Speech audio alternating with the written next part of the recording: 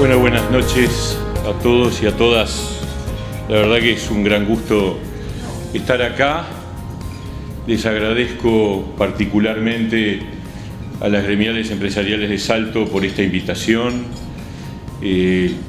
por la posibilidad de conocer directamente, de primera mano, lo que decían recién, los proyectos que desde la sociedad salteña se plantean como posibilidades reales, proyectos serios, pensados, elaborados, algunos desde hace muchos años, que uno había escuchado hablar de ellos y que se han ido madurando y que se han ido desarrollando en sus detalles, otros más nuevos, por supuesto también las demandas, los reclamos, los planteamientos que refieren a un diagnóstico que, como todo diagnóstico de realidad, son diagnósticos que tienen elementos favorables y elementos críticos.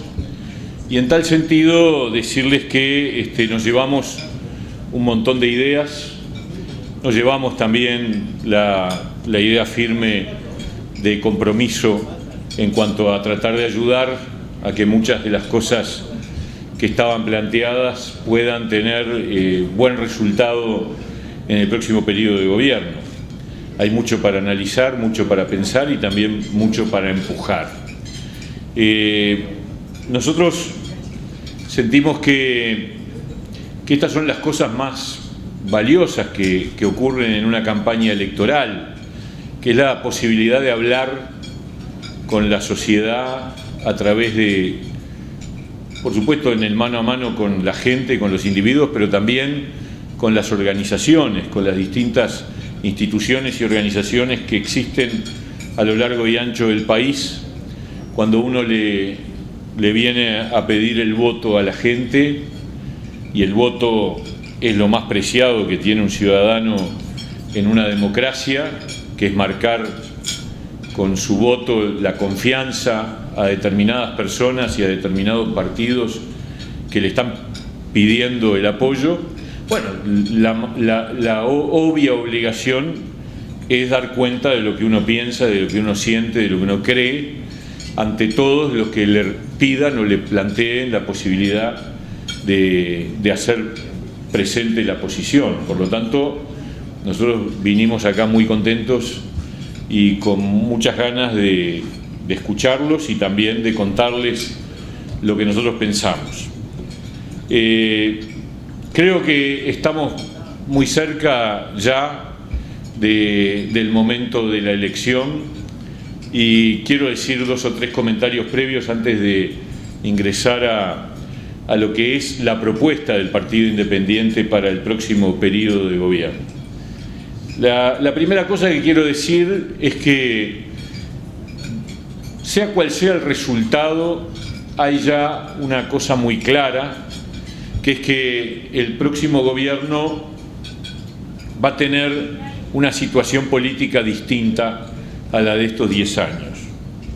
¿Qué significa esto? Significa que se habrá terminado un tiempo de mayoría absoluta de un solo partido. Va a haber un tiempo más plural, va a haber un presidente sin mayoría propia en el Parlamento, va a haber un presidente que va a tener que acordar y buscar entendimientos con otros partidos, sea cual sea el que le toque la presidencia, y el Parlamento habrá recuperado lo que para nosotros es fundamental, es decir, su poder de control sobre el Poder Ejecutivo, su poder de marcarle la cancha al Poder Ejecutivo, su capacidad de ponerle límites, que es lo que la Constitución de la República establece, que el Parlamento no sea una polea de transmisión del gobierno, sino que sea justamente un contrabalance capaz de establecerle los límites y de controlar su gestión y de marcarle las cosas que no funcionan cuando éstas no funcionan. Y cuando el Parlamento ha tenido una mayoría absoluta regimentada, eso se ha perdido.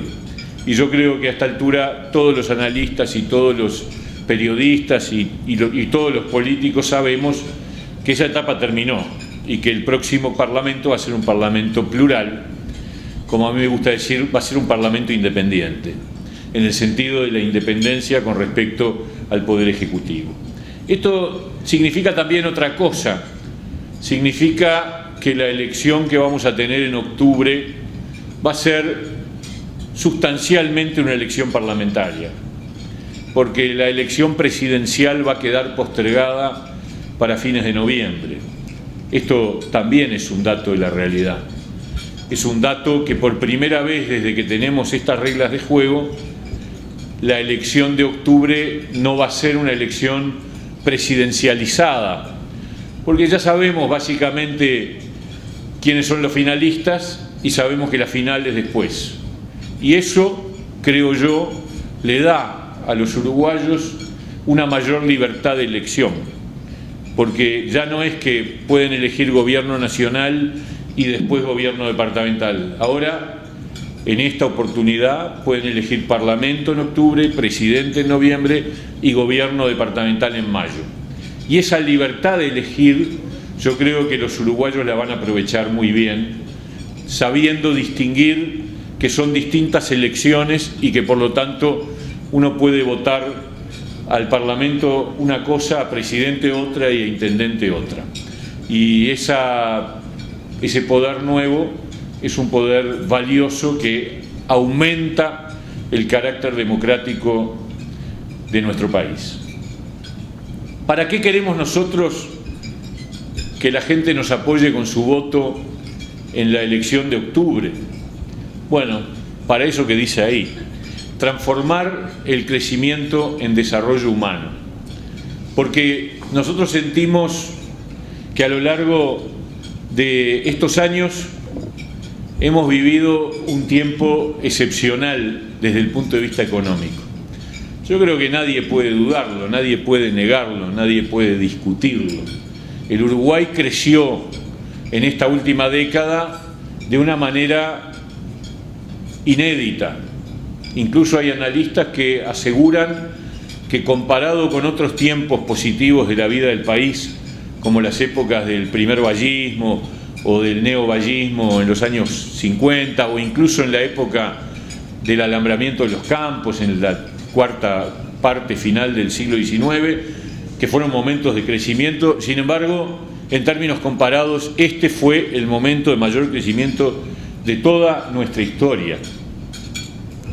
Pero se está terminando el ciclo favorable y sin embargo tenemos un futuro de largo aliento que puede ser excepcional si tenemos el coraje de tomar decisiones valientes.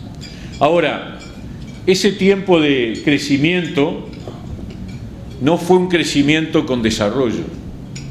O sea, una cosa es el crecimiento económico, que tiene que ver con la dimensión de la economía, de los ingresos, del Producto Bruto Interno, de la producción, y otra cosa es el concepto de desarrollo, que implica un conjunto más amplio de dimensiones, una concepción más integral, una idea que supone, obviamente, que el crecimiento es un requisito indispensable para que haya desarrollo, pero no es suficiente. Puede haber crecimiento sin desarrollo. Y la verdad, hemos tenido crecimiento, pero no estamos en una situación en la cual podamos decir hemos constituido una sociedad con desarrollo humano. ¿Y por qué no? Y porque hay muchas cosas en el debe. No hay desarrollo con educación en situación crítica. No hay desarrollo sin seguridad. No hay desarrollo con políticas asistencialistas en lugar de políticas promocionales. No hay desarrollo sin reforma del Estado. No hay desarrollo si seguimos manteniendo los vicios tradicionales de la política, el clientelismo, los acomodos, la cuotificación, el amiguismo. Y yo creo que razonablemente hoy, cuando uno mira la realidad de nuestro país, estas cosas están faltando. Y mientras estas cosas falten, el Uruguay no será una sociedad con desarrollo humano. Será una sociedad crecida, será una sociedad con más plata, será una sociedad con más ingresos y quizás con más consumo. pero no será una sociedad desarrollada tal como nosotros la queremos. Y ese es el gran desafío que tenemos para este próximo periodo de gobierno que comienza. ¿Cuáles son, desde nuestro punto de vista, los grandes lineamientos estratégicos que debería transitar el país para avanzar en el objetivo del desarrollo humano en el próximo periodo? Me voy a referir a cada uno de ellos, pero básicamente, primero los enunciados. Fijar marcos normativos y reglas de juego estables. Definir nuestro lugar en el mundo. Proporcionar la plataforma física para el desarrollo. Superar los corporativismos apelando o apostando a los ciudadanos. Reformar la educación en todos los niveles. Promover la integración social. Recuperar la seguridad pública y recrear una política plural y pluralista. A nuestro modo de ver, estos son los 8 grandes ejes por los que debería transitar el país en el próximo periodo de gobierno para alcanzar un objetivo de desarrollo humano. Fijar marcos normativos y reglas de juego claros. Nosotros creemos que un país chico que vive en función del mercado externo, que no puede crecer si no es vendiéndole sus productos y sus servicios al mundo, necesita mandar señales claras de estabilidad, de certezas, de continuidad, de respuesta clara frente a los riesgos de la incertidumbre.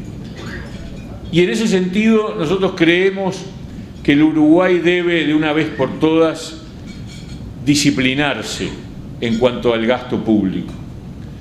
El Uruguay tiene un viejo vicio, un viejo problema, independientemente de los gobiernos que hayan transitado por el país, que es que se gasta todo lo que se crece y a veces se gasta más de lo que se crece, como en este caso. Tenemos un 3.3% de déficit fiscal, habiendo crecido todo lo que crecimos y habiendo aumentado el gasto de una manera exponencial, aún se gastó más de lo que se creció. Entonces, cuando pasan esas cosas y esas cosas se reiteran una y otra vez, no hay otra que establecernos un disciplinamiento externo. ¿Y qué es votar una ley de regla fiscal? Es votar una ley que obliga a que el gobierno no puede gastar más de cierto monto referido o bien al PBI o bien a la recaudación tributaria. Esto no es un invento nuestro del Partido Independiente, aunque somos los únicos que lo estamos planteando. Esto lo hace Chile. Chile tiene una regla fiscal, pero lo hacen buena parte de los países desarrollados. Es decir, se obligan a no exagerar en el gasto, porque miren que atrás del gasto público lo que hay es un montón de consecuencias y efectos negativos sobre el funcionamiento de la economía. Atrás del exceso del gasto público está la inflación, atrás del exceso del gasto público está la pérdida de competitividad. Por lo tanto, es imprescindible que el Uruguay, desde nuestro punto de vista, se obligue a anclar el gasto y a no superar ciertos montos para mejor de todos nosotros, para la mejor vida de todos nosotros. Y lo otro es impulsar políticas económicas anticíclicas. El Uruguay funciona de manera procíclica. Cuando crece gasta más, cuando deja de crecer se constriñe la actividad estatal. Y es al revés. Las economías que funcionan positivamente son economías que cuando el país crece, ahorra, y cuando el país pasa a momentos difíciles, tiene con qué sostener el funcionamiento de la economía, porque tiene ahorros. Es lo de la hormiguita y la cigarra, nada más, que tan sencillo como eso. Pero, sin embargo, en este país nunca se hacen políticas contracíclicas, y es lo que nosotros planteamos. También hay que fortalecer los mecanismos de control sobre el funcionamiento del sector público. Todos sabemos que el Tribunal de Cuentas tiene enormes dificultades.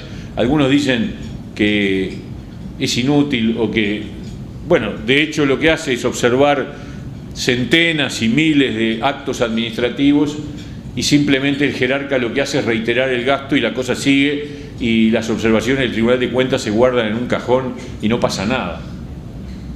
Nosotros creemos que eso tiene que cambiar.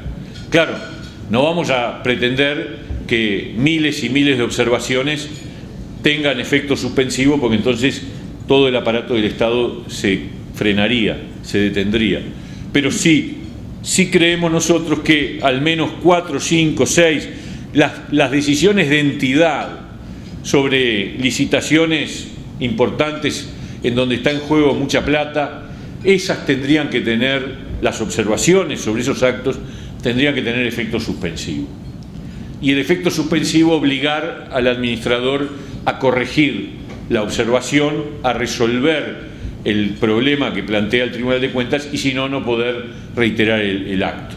Yo creo que estas son de las cosas que hacen a la buena política pública y son cosas que no están funcionando bien. Lo mismo que el tema de las empresas públicas. Ustedes saben ¿cuántas sociedades anónimas hay debajo de cada empresa pública en este país? Decenas.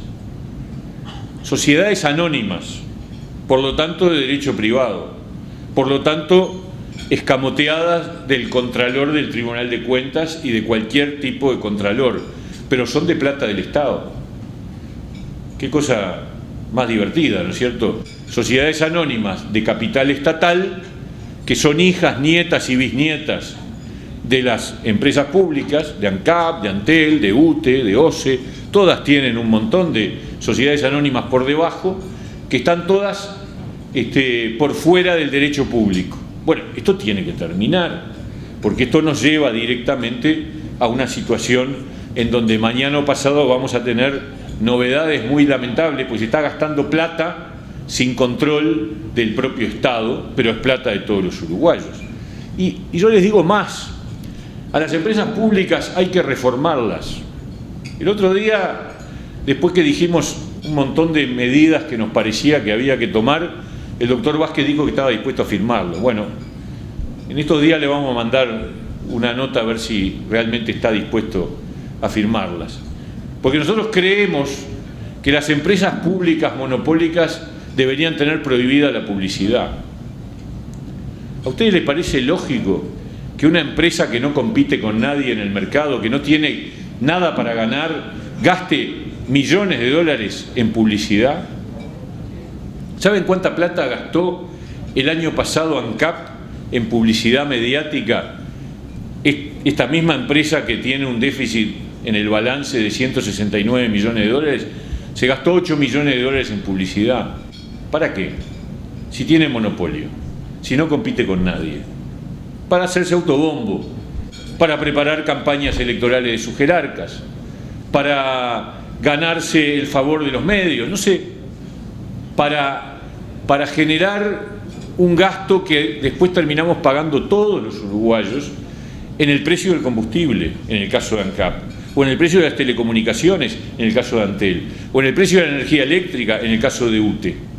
Y son gastos y gastos y gastos, y contratación de asesores, y contratación de... Y esas empresas, esas sociedades anónimas, contratan gente que las paga, por supuesto, la empresa madre, porque muchas de esas empresas, sociedades anónimas, hijas o nietas de las empresas públicas, no tienen razón de ser y no valen por sí mismas, las tiene que sostener la empresa madre. Entonces, todo esto tiene que cambiar. Yo creo que deberíamos, bueno, estamos viendo el bombardeo, que es igual que en la época de blancos y colorados, ¿no? Nada más que ahora es más, en cantidad, pero la lógica es la misma. Estamos en campaña electoral, todas las empresas públicas arrecian con publicidad. No solo las empresas, los ministerios, todo el Estado autobombo de lo que hicieron. Nos cuentan cada detalle de lo que hicieron, porque, ¿y eso qué es? Y es una manera oblicua de hacer propaganda a favor del partido de gobierno.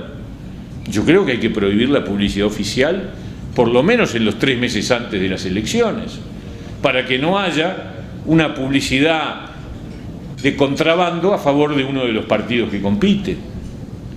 Nosotros creemos que hay que extender la prohibición para actuar electoralmente a los directores de las empresas públicas, porque si no generamos generamos el mecanismo perverso de que una persona asume un cargo en una empresa pública por 4 años y está pensando que en el 5.º año renuncia para ser candidato. Y entonces los 4 años los trabaja pensando cómo hace para usar la empresa en aras de prepararle su campaña electoral. Y eso le hace mal a la empresa pública. Y miren que atrás de esto está la competitividad de nuestro país. Porque, bueno, muchos de ustedes tienen emprendimientos, saben que el precio de los productos y de los servicios que ustedes venden, tienen en las tarifas públicas un componente fundamental del costo. Pero no tengan ninguna duda, el combustible, las telecomunicaciones, la luz, todo forma parte de ese combo que termina siendo el costo país. Y todo eso está cargado por sobreprecios políticos que podrían no existir y que podrían determinar una baja de la tarifa y por lo tanto una mejora de competitividad. Y además, de paso, sería un alivio para los hogares, sobre todo los hogares de bajos recursos, aquellos en donde en su presupuesto pesa justamente estas cosas: la cuenta de la luz, la cuenta del teléfono, la cuenta del agua, la garrafa de supergas, etcétera, etcétera.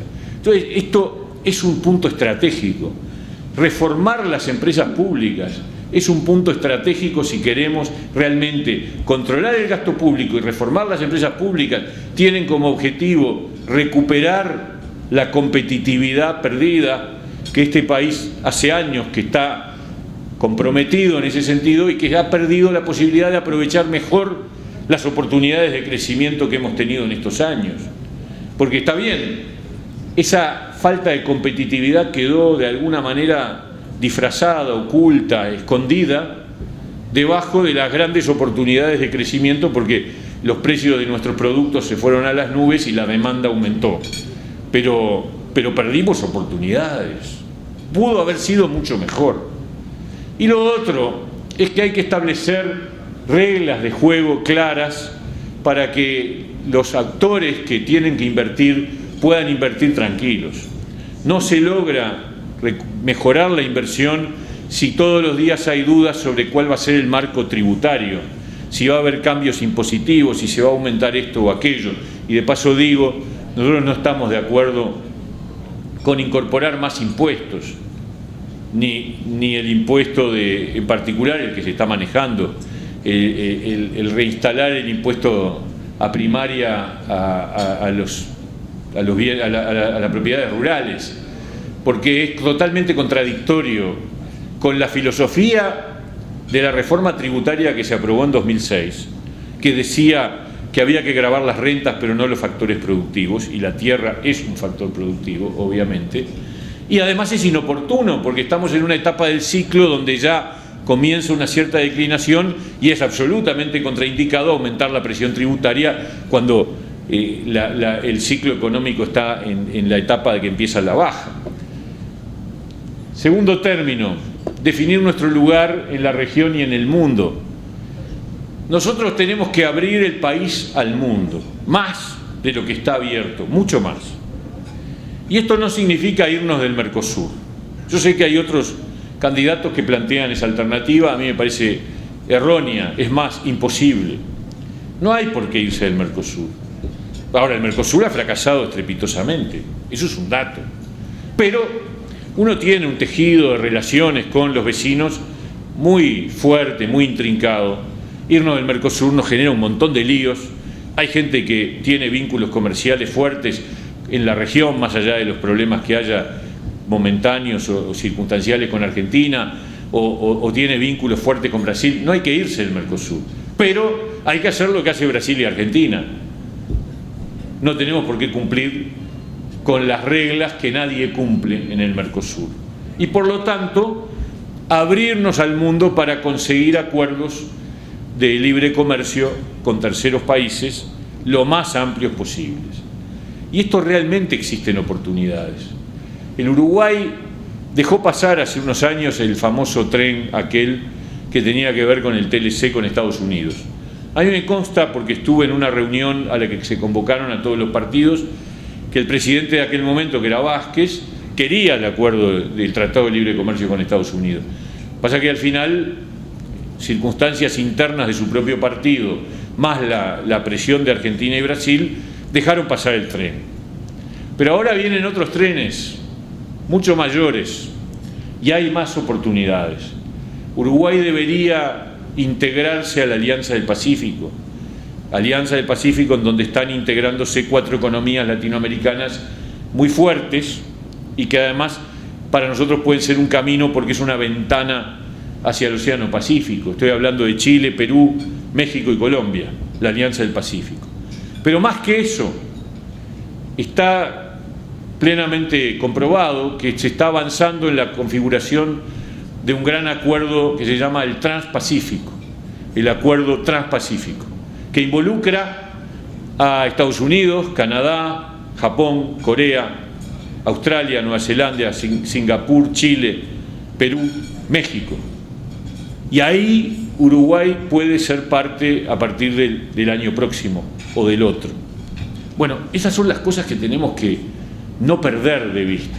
Un acuerdo con la Unión Europea, independientemente de si Argentina agarra o no agarra, no quedar presos de Argentina a esas posibilidades. ¿Por qué? Porque el Uruguay necesita abrirse a mercados, ganar oportunidades, vender mejor, vender a mejores precios, vender con aranceles mucho más bajos de los terceros países, y tenemos la oportunidad de hacerlo. Entonces acá hay que tener mucho cuidado con quedar preso de concepciones ideológicas. Las relaciones internacionales no son relaciones ideológicas, son relaciones donde priman los intereses. Los países tienen intereses y nosotros tenemos que funcionar en relación a nuestros intereses. Y nuestros intereses nos indican que la apertura al mundo y particularmente la mirada al Pacífico, que es el nuevo centro del mundo. Pacífico es el nuevo centro del mundo, como fue el Atlántico y como antes fue el Mediterráneo. Ahora es el Pacífico, nosotros estamos en el Atlántico, entonces tenemos que engancharnos en acuerdos que nos pongan en el balcón del Océano Pacífico. Y no tenemos que viajar en el estribo de Brasil. Tenemos que tener una muy buena relación con Brasil, pero tenemos que tener contrapesos y contrabalances, porque si no, Brasil nos chupa. Y Uruguay necesita mantener grados de autonomía y de manejo en su funcionamiento internacional. Tercero, proporcionar la plataforma para el desarrollo. Lo hablamos hoy de tarde con los representantes de las gremiales empresariales. Tenemos un drama con la infraestructura. Este país está en un debe terrible, hay un déficit espantoso, yo diría hay un cuello de botella que tiene que ver con el estado de nuestros caminos, de nuestras rutas, de nuestras carreteras, de toda la red vial, que pone en riesgo las posibilidades de seguir creciendo. Y ya no es un tema de las rutas secundarias o de los caminos vecinales, es un tema que está afectando hasta las rutas principales por las que transita. Bueno, lo que pasa es que, por suerte, cuando uno anda en la vuelta, cuando uno recorre el país, es fantástico, porque cada vez que uno sale por una ruta, encuentra nuevas construcciones a los costados de la ruta. Encuentra nuevos silos, nuevas plantas, nuevas empresas, nuevos sembrados. Fantástico. El país sigue creciendo de manera impecable, pero contrasta con por dónde va uno, que va esquivando pozos. Ayer veníamos bajo lluvia para Salto y la posibilidad de hacer el, ¿cómo se llama?, el hidroplane, era una cosa altísima, porque hay, digamos, tramos largos de ruta con lugares donde uno puede seguir de largo, ¿no es cierto? Y eso es la ruta 3, pasa lo mismo en la ruta 5, pasa lo mismo en la 8. ¿Y qué dejamos para las otras? La otra vez fuimos de Nueva Palmira a Cardona y era un cráter atrás de otro en la ruta. Y por ahí transitan un número de camiones infinitamente superior a los que transitaban 10 años atrás. ¿Y qué hizo el gobierno? El gobierno, cuando empezó este periodo, nos dijo una cosa muy honesta. Nos dijo: nosotros no tenemos plata en el presupuesto para el mantenimiento de las carreteras.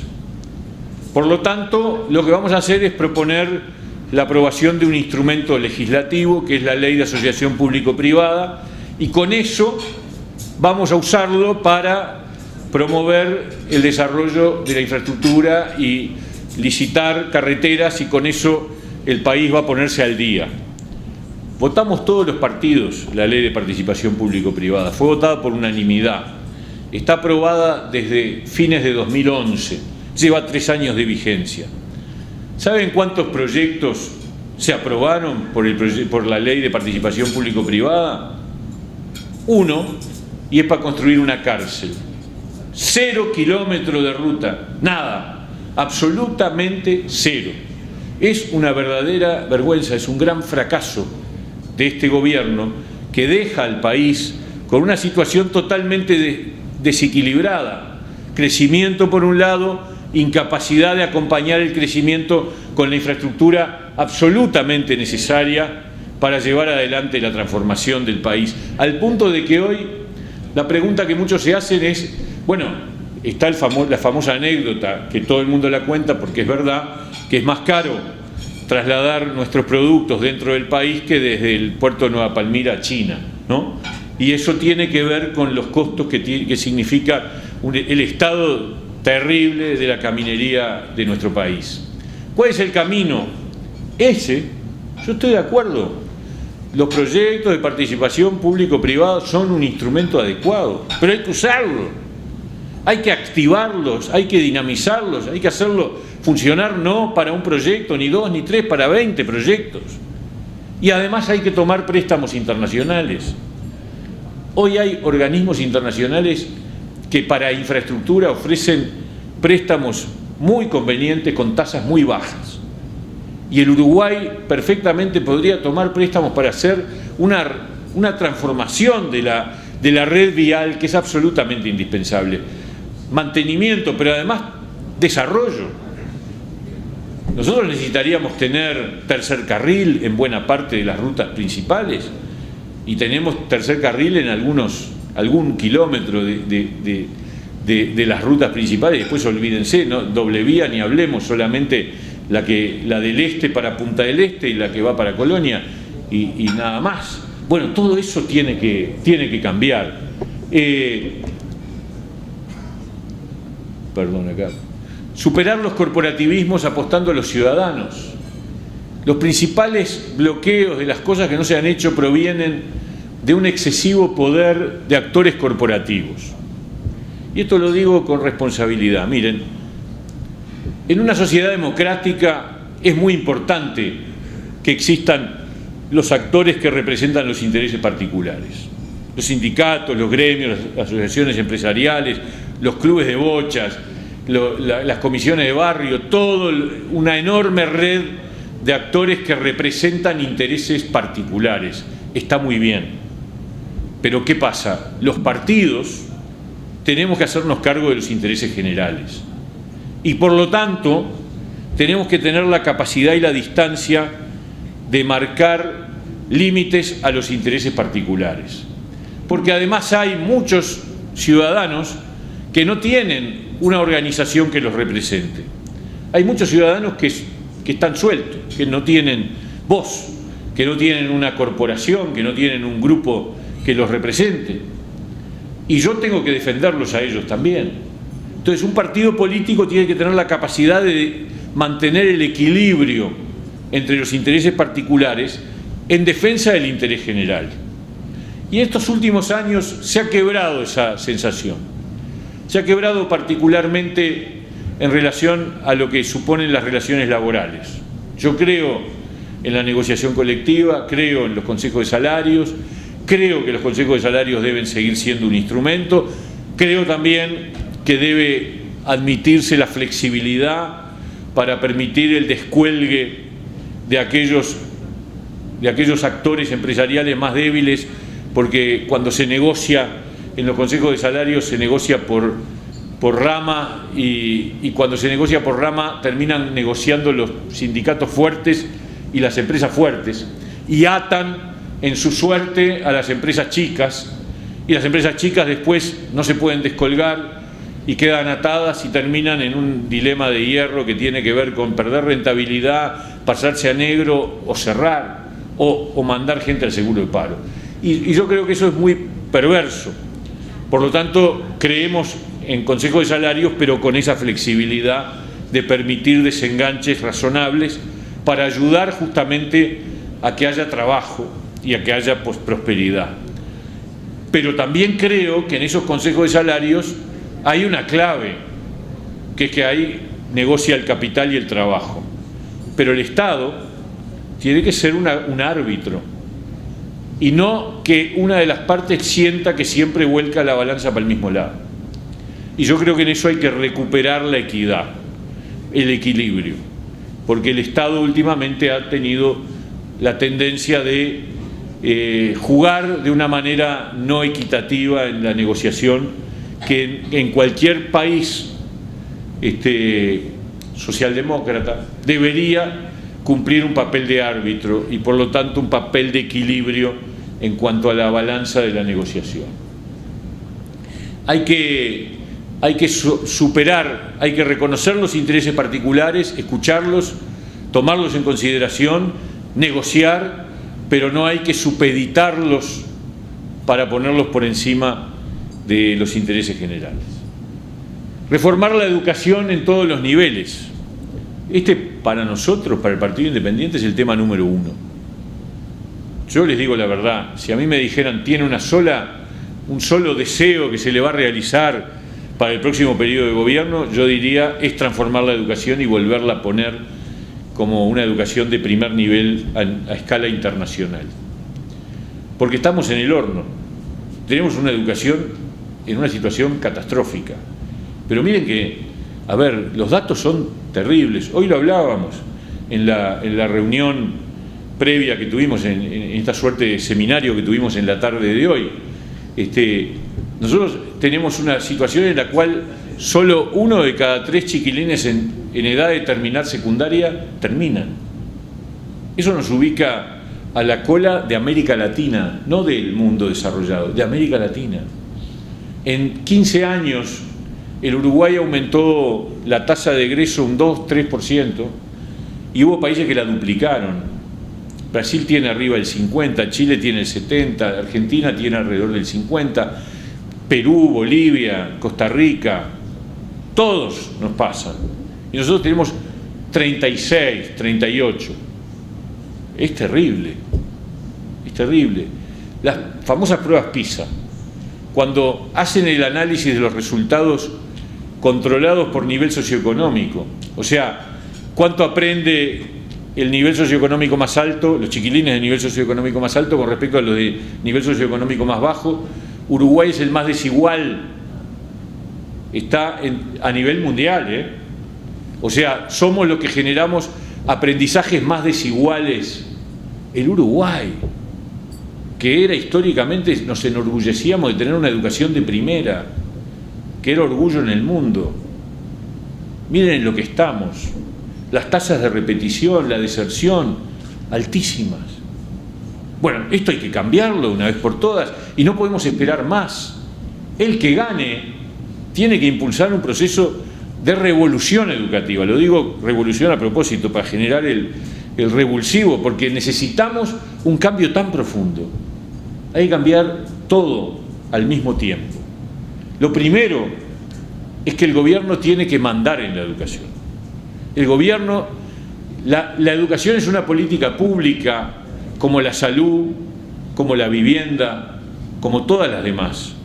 ¿Y cómo se gobiernan las políticas públicas? Por los representantes del pueblo, de la gente, los que elige la gente, que son los que gobiernan.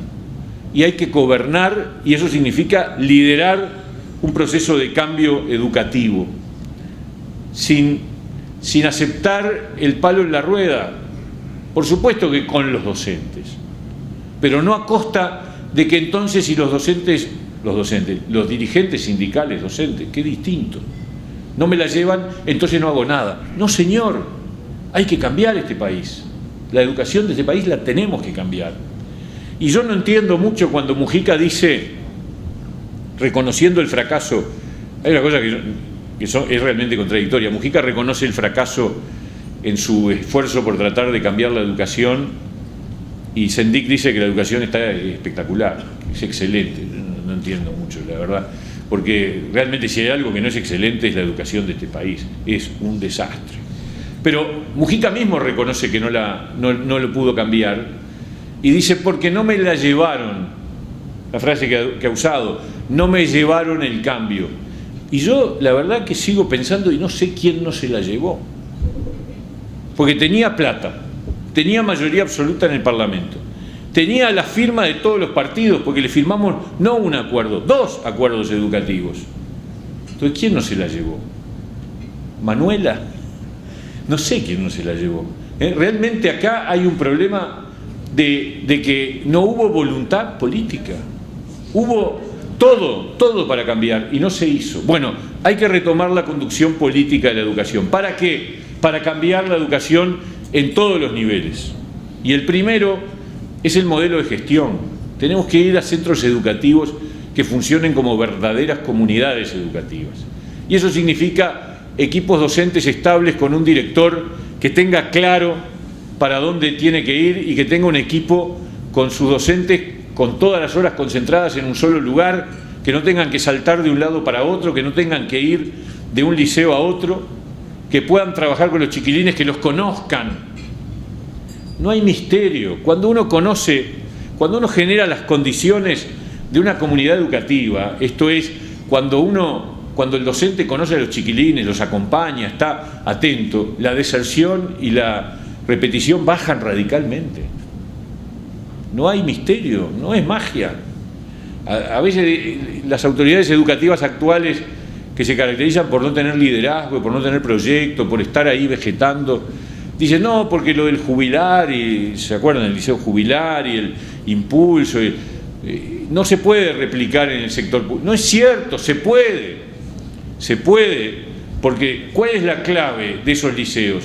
Equipos docentes estables que conocen a los chiquilines, que los acompañan, que saben cómo se llaman, que saben qué problemas tienen, que no salen corriendo de un lado para el otro porque tienen clases acá, picoteadas allá y más allá.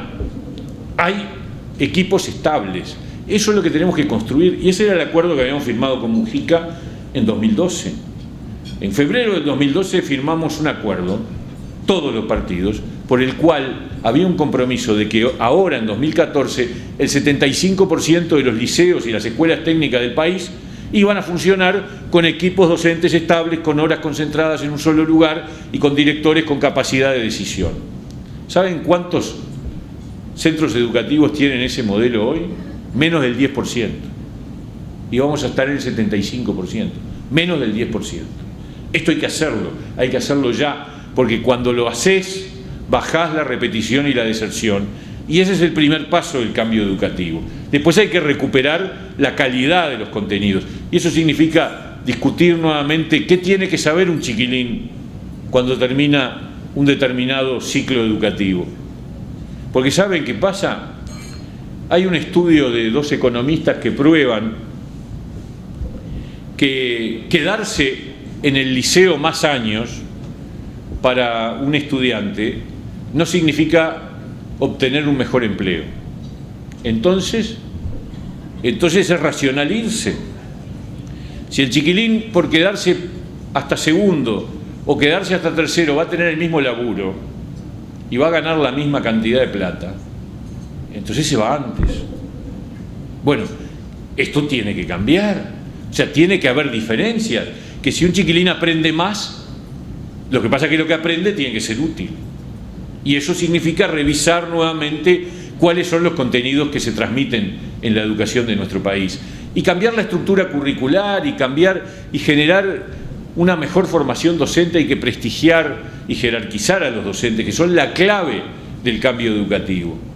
Y hay que demostrarles a los docentes que lo que le están diciendo las conducciones sindicales que se oponen a todos los cambios van en contra de las condiciones de trabajo de los docentes. Pero que mucho mejor tener concentradas las horas en un solo lugar que elegir horas todos los años a ver dónde te toca. Es mucho mejor estar en un solo lugar conociendo a los chiquilines que andar salpicando de un lado para el otro. Bueno, esas son las cosas que lamentablemente los dirigentes gremiales de los docentes se oponen, trancan, dicen que son conquistas gremiales, elegir todos los años. Bueno, estas cosas hay que removerlas y hay que cambiarlas, porque la educación necesita una transformación absolutamente fundamental y rápida, urgente. Promover la integración social. Hemos reducido la pobreza, es un gran logro y es valioso y hay que reconocerlo y hay que señalarlo sin problema. La pobreza hoy está en el 11%, es récord desde que se empezó a medir la pobreza de este país, es la cifra más baja y está bárbaro. Ahora, reducir la pobreza no es recuperar la integración social, son dos conceptos distintos. La gente que se define como pobre es la gente que tiene niveles de ingresos de determinado monto para abajo. Pero la integración social es una cosa mucho más cultural, tiene que ver con normas y valores. Y ahí el Uruguay ha sufrido una crisis. Hemos quebrado un sistema de normas y valores que en el pasado era mucho más común, era mucho más compartido, era la señal de una sociedad integrada. Tenemos que recuperar la integración. Y para nosotros la integración pasa por un diseño de políticas sociales que por supuesto tiene que haber políticas sociales fuertes, políticas sociales potentes, pero políticas sociales promocionales. El objetivo de la política social debe ser que la persona se reenganche, que vuelva a valerse por sí misma, no que quede cada vez más dependiente del Estado.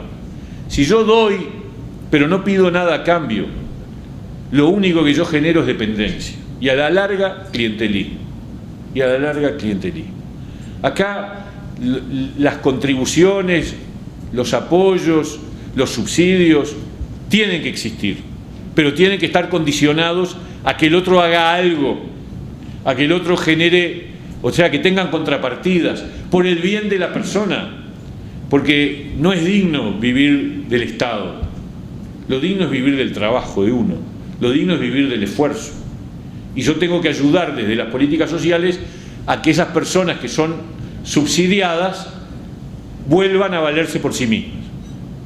Y esto era lo que, a ver, en el pasado, cuando el Frente Amplio no era gobierno, cuando estaba en la oposición, le cuestionaba a los partidos tradicionales por hacer clientelismo y regalarles los ladrillos y regalar las cosas, y decían, a la gente hay que enseñarle a pescar y no regalarle pescado. Y ahora el Frente Amplio en el gobierno está haciendo exactamente lo mismo que decía que no había que hacer, asistencialismo. Y yo creo que hay que hacer políticas sociales de corte promocional. Recuperar la seguridad perdida, se puede, por supuesto que se. ¿Cómo no se va a poder?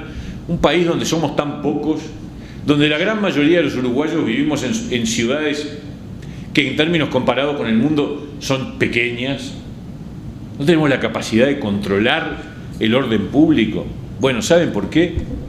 Porque hemos dejado caer a la policía, porque durante décadas, y aquí va la responsabilidad de los partidos, los tres partidos que han estado en el gobierno, se han votado presupuestos magros para la policía, se han votado salarios vergonzosos, se los ha obligado a trabajar el doble, se inventó el servicio 222, que ha sido un fenómeno totalmente perverso para el funcionamiento policial. Convertir a un policía en una persona que laburaba 16 horas diarias, 8 como policía y otras 8 como guardia de seguridad privado, pagado por el Ministerio del Interior, pero a cuenta de una institución privada.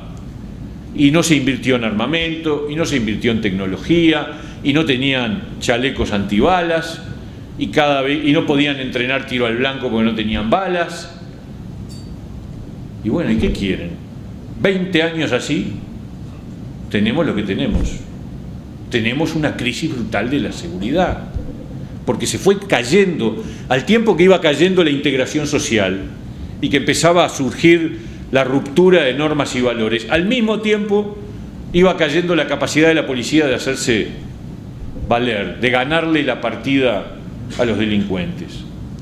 ¿Y cuál fue la respuesta? La respuesta fue el servicio 222, o sea, no le aumento el sueldo, que se lo paguen los privados. La respuesta fue: aumentemos las penas y aumentemos los delitos, ley de seguridad ciudadana, año 95, primera ley de urgencia, año 2000. ¿Cuál era la solución? No, la solución es aumentar penas, aumentar delitos, porque entonces el delincuente se va a asustar y va a dejar de delinquir. Minga deja de delinquir. El delincuente no piensa si le van a poner 20 años, 15 o 12. ¿Sabes lo que piensa el delincuente? Si lo van a agarrar o no.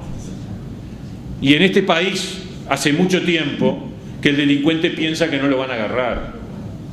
Y si es verdad lo que me dijo un fiscal hace un mes, me dijo: los delitos que se denuncian son más o menos la mitad de los que ocurren.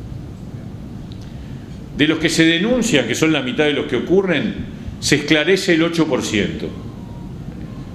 Del 8% que se esclarece, solo el 4% se procesa. Los delincuentes, los chorros, no tienen estos datos arriba de la mesa, pero los huelen y los saben. Entonces, si la probabilidad de que te agarren es del 2%, o sea, de que la pagues es del 2%, porque es la mitad de los delitos que, ¿no? Entonces, estamos fritos. Y este es el cambio que hay que hacer. A mí no me vengan con la baja de la edad de imputabilidad, nosotros estamos en contra. ¿Por qué? Porque no sirve para nada desde el punto de vista, no es un instrumento para mejorar la seguridad.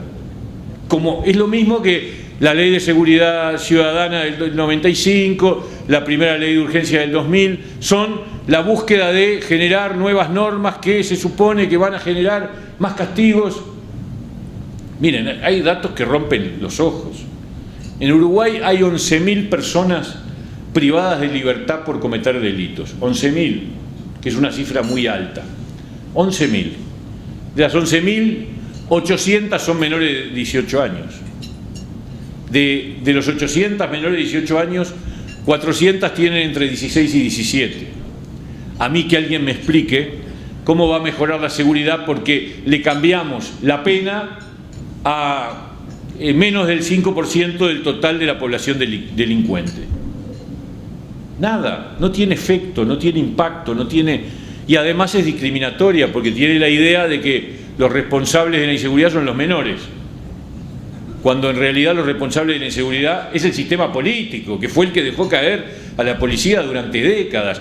Y reconozco, con todas las críticas que hay que hacerle a esta administración, reconozco que en estos años empezaron a hacer cosas que son resultado de un acuerdo multipartidario del 2010 en el sentido correcto. Se está eliminando el servicio 222, casi ya no existe. Se ha aumentado el sueldo de manera significativa de la policía. Se ha invertido en armamento y se ha invertido en tecnología. Todas esas cosas son correctas. Ahora, falta montones para recuperar la capacidad de disuasión que una policía en cualquier país del mundo debe tener.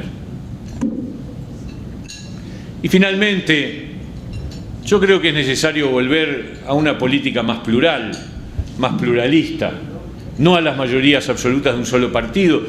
Miren, en estos años el Poder Judicial fue el que puso límites. Y eso hay que señalarlo. Las leyes inconstitucionales que el Parlamento votó, a veces a sabiendas.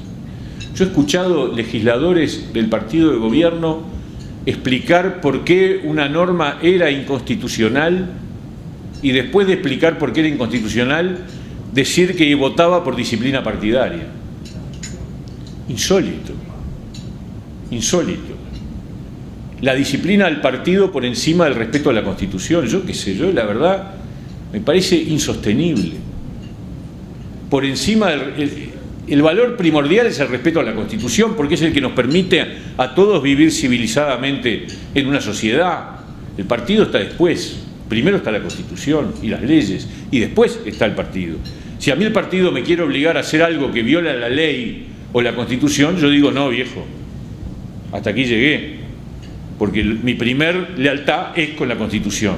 Bueno, no ocurrió eso en este periodo de gobierno, y hemos tenido leyes inconstitucionales que afortunadamente el Poder Judicial trancó. y declaró inconstitucionales. Y yo creo que es valioso eso. Lo mismo que tuvimos un Parlamento que no quiso investigar, pero el Poder Judicial, a través de jueces que tuvieron coraje, procesaron jerarcas públicos de este gobierno, pero que debió haberse arreglado mucho antes, porque bastaba haber votado investigadoras en el Parlamento para que hubiera quedado claro cuáles eran los problemas. Y hubiéramos evitado que se hubiera avanzado, bueno, el caso hace 3 años que todo el mundo sabía que estaban pasando irregularidades. Se pidieron 2 veces investigadoras en el Parlamento, se votaron las 2 veces en contra. ¿Qué tuvo que pasar? Que al final un juez dijera, estos señores se han portado mal, los procesamos. Bueno, afortunadamente tenemos un Poder Judicial independiente, que le puso límite a un gobierno en donde el Parlamento había claudicado. Y yo creo que esos son los desafíos que tenemos por delante. O sea que este es un poco el planteo de las cosas que queremos los independientes que se hagan en el país en el próximo periodo de gobierno. Yo creo que tenemos un futuro espectacular como país. El país tiene todo para ser un país excepcional. Y de hecho estos 10 años han demostrado que hay grandes oportunidades. Pero eso sí, para lograrlo hay que tomar decisiones valientes y hay que estar dispuestos a asumir costos políticos para transformar realmente la realidad de este país y poder entonces avanzar todos juntos hacia un país mejor. Muchas gracias.